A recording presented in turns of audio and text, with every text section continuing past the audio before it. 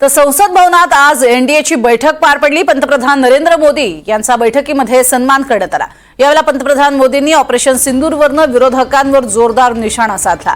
Operation सिंदूरवर चर्चा करण्याची मागणी करून विरोधकांनी स्वतःच्या पायावर धोंडा मारून घेतलाय, अशी बोचरी टीका पंतप्रधानांनी केलेली आहे। ऑपरेशन सिंदूरवर चर्चेची मागणी केल्याचा विरोधकांना पश्चात्ताप झाला असेल। याशिवाय पंतप्रधान मोदींनी राहुल गांधींवरही निशाणा साधलाय। ग्राफिक्सच्या माध्यमातून पाहूयात काय म्हटले पंतप्रधान मोदींनी आणि येत्या काळात कोणते 5 महत्त्वाचे निर्णय घेणार आहेत। जम्मू आणि काश्मीरला पूर्ण राज्याचा दर्जा बहाल, समान नागरी कायदा आणण्याची घोषणा होऊ शकते, उपराष्ट्रपती पदाच्या उमेदवाराच्या नावाची घोषणा,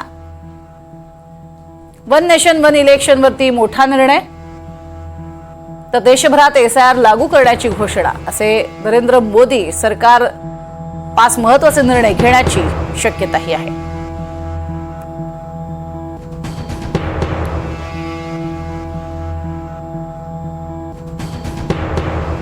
आज महत्त्वाची बैठक पार पडली आणि त्यात हे महत्त्वाचे निर्णय